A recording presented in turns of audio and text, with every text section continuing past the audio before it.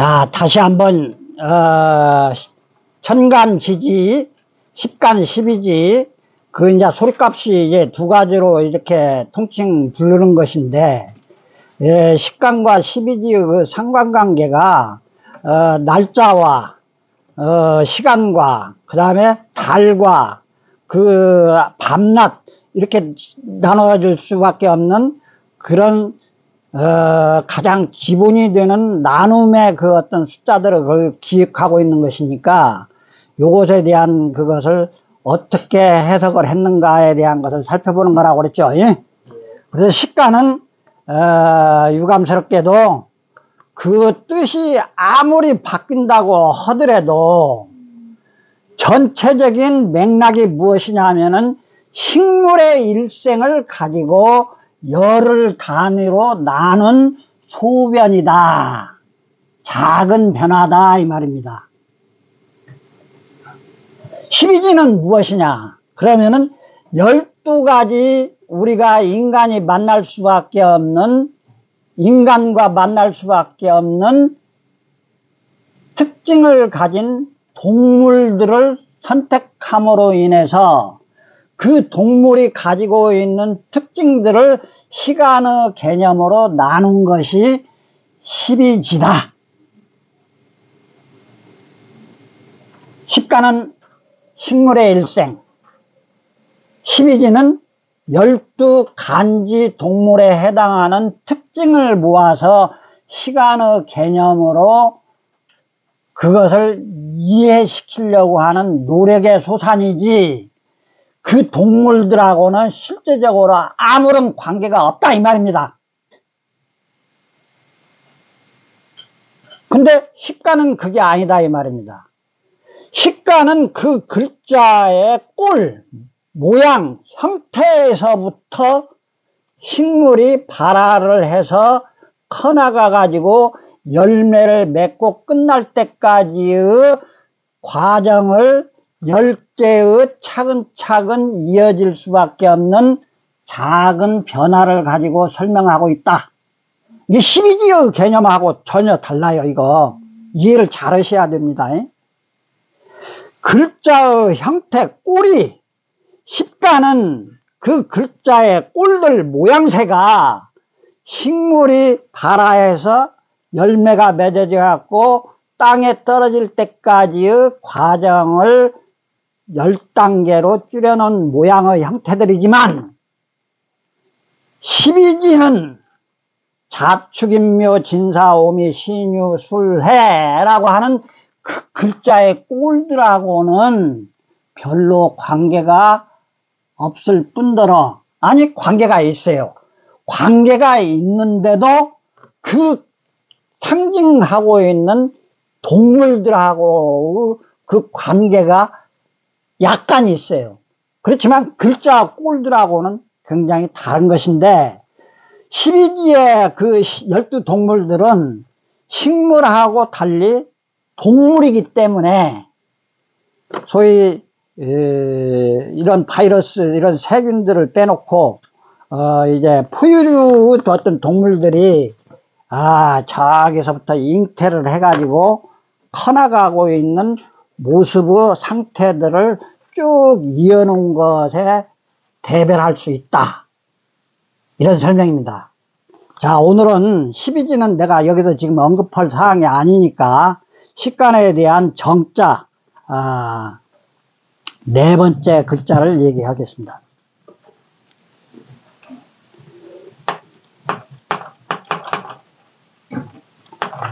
갑골문에 보면은 말입니다. 정자는 이렇게 되어 있는 형태도 있어요.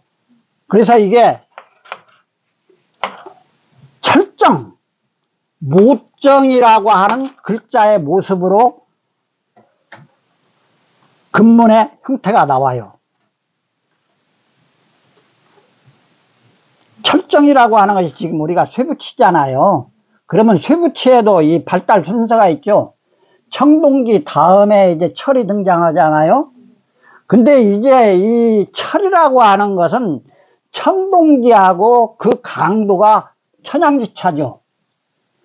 마찬가지로 식물에 있어서도 정이라고 하는 글자를 모정, 철정, 쇠못에 비유할 만큼 못정이라고 이것을 뜻을 붙여놓은 것으로 살펴볼 때는 무쇠를 삼켜도 소화할 수 있는 나이다 하는 우리 속담이 있습니다. 예? 그게 몇 살이에요? 그게 장정이라고 하는 말이 되겠죠. 근데 그게 구체적으로 얘기하자면은 남 20왈 정이라고 그랬어요. 남 20왈 정. 남자가 20살을 먹은 것을 정이라고 한다. 그래서 성할정, 식물로 얘기하면 무성하게 컸다 이 말이죠. 장정정, 사람으로 비교하자면은 남자 20을 일러서 정이라고 하는 거고, 그러면 그게 음양의 화합으로 인해서 인간 세계가 이루어지는 것이니까 여자는 여 20왈 구라 했다 이 말입니다. 그래서 여 29라고 하는 것이 이렇게 합쳐지면은 이게 가라고 하는 글자가 만들어졌다 이 말입니다. 이게 정자죠. 남 20 여기에다가 입구자를 해놓으면은 여자 29지요. 구멍이라는 뜻이에요. 이거 좀 어떻게 좀 표현이 좀 그렇습니다만은 구라고 하는 것은 사람의 구멍이 칠규라고 하는 구멍이 있습니다. 예?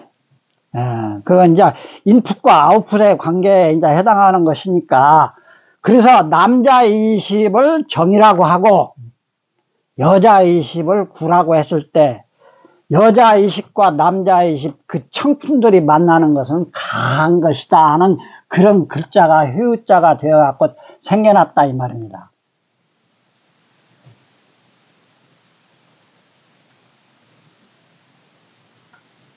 그리고 여기에서 이제 소리값을 중요하게 여기는 거는 소리값이 가잖아요. 가.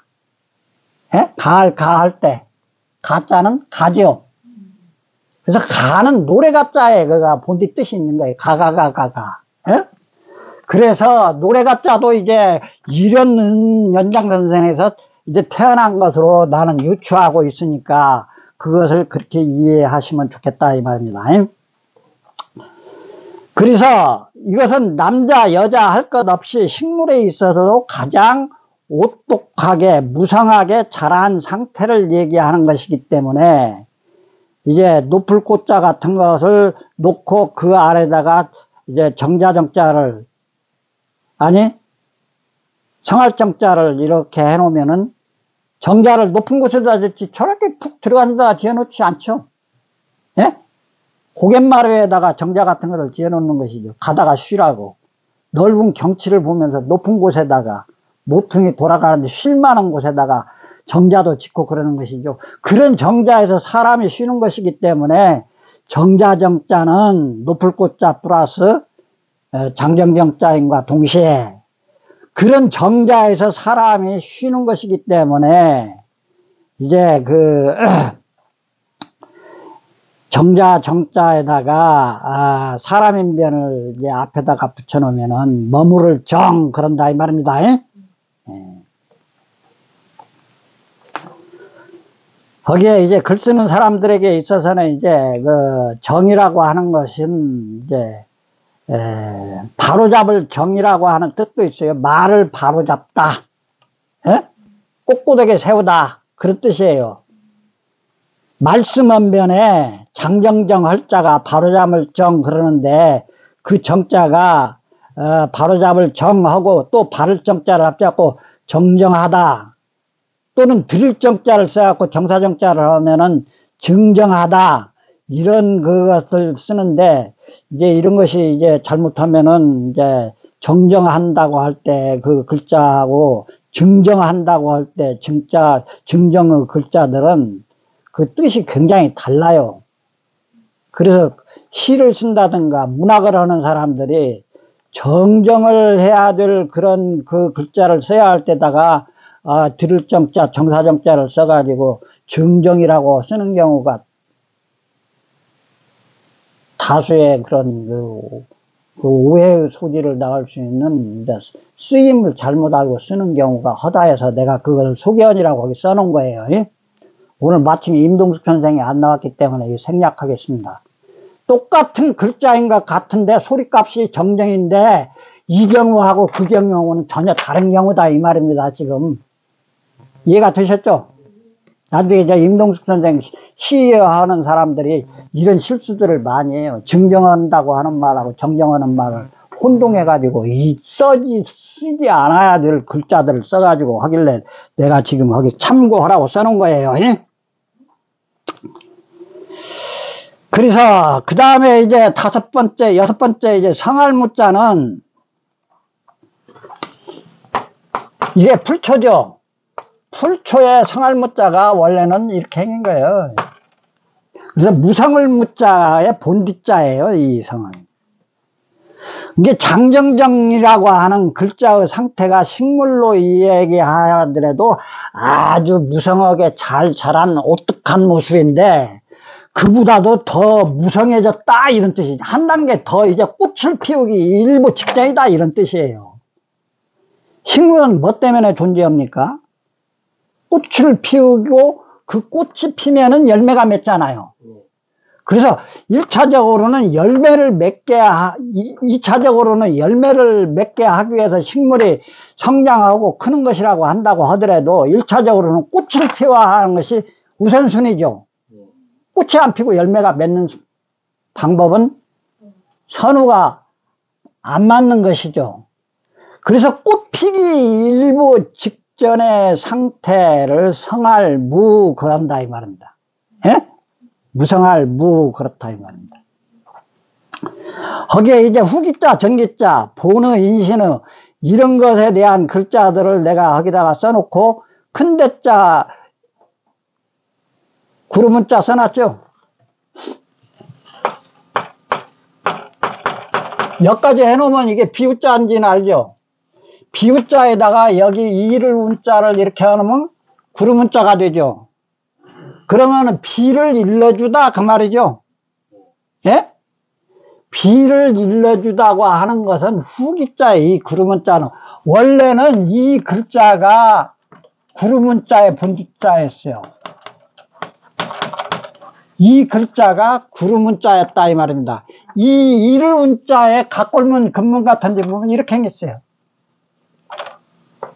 구름이 이렇게 피어나고 있는 모습의 형태를 갖추고 있는 것이 이를 운자예요. 하늘에 여기 가로지른 하늘은 하늘을 얘기하는 거고 여기가 이렇게 꼬부라져서 이렇게 무슨 증기가 이렇게 막 증발하고 있는 모습의 형태를 갖추고 있는 것이 이게 구름문자의 본디자인데 구름은 뭘 일러주고 있죠. 그래서 인신의가 됐어요. 이를 운이라고 하는 인신의가 됐다 이 말입니다. 그러니까 어떤 것이 본디자고 어떤 것이 인신인지 이런 것은 잘못하면은 헷갈리기가 쉬워요. 예.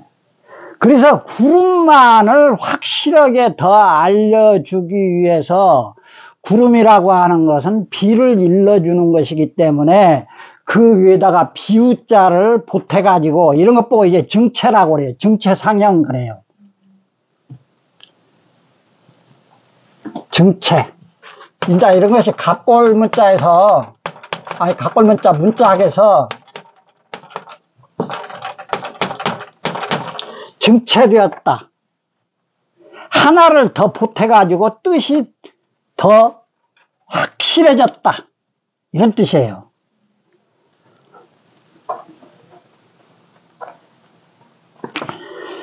자, 그렇게 해서 전기자, 후기자도 자연히 먼저 만들어진 글자와 나중에 만들어진 글자에 족보가 나오더라. 그것을 이제 이해를 해야 된다 하는 얘기예요.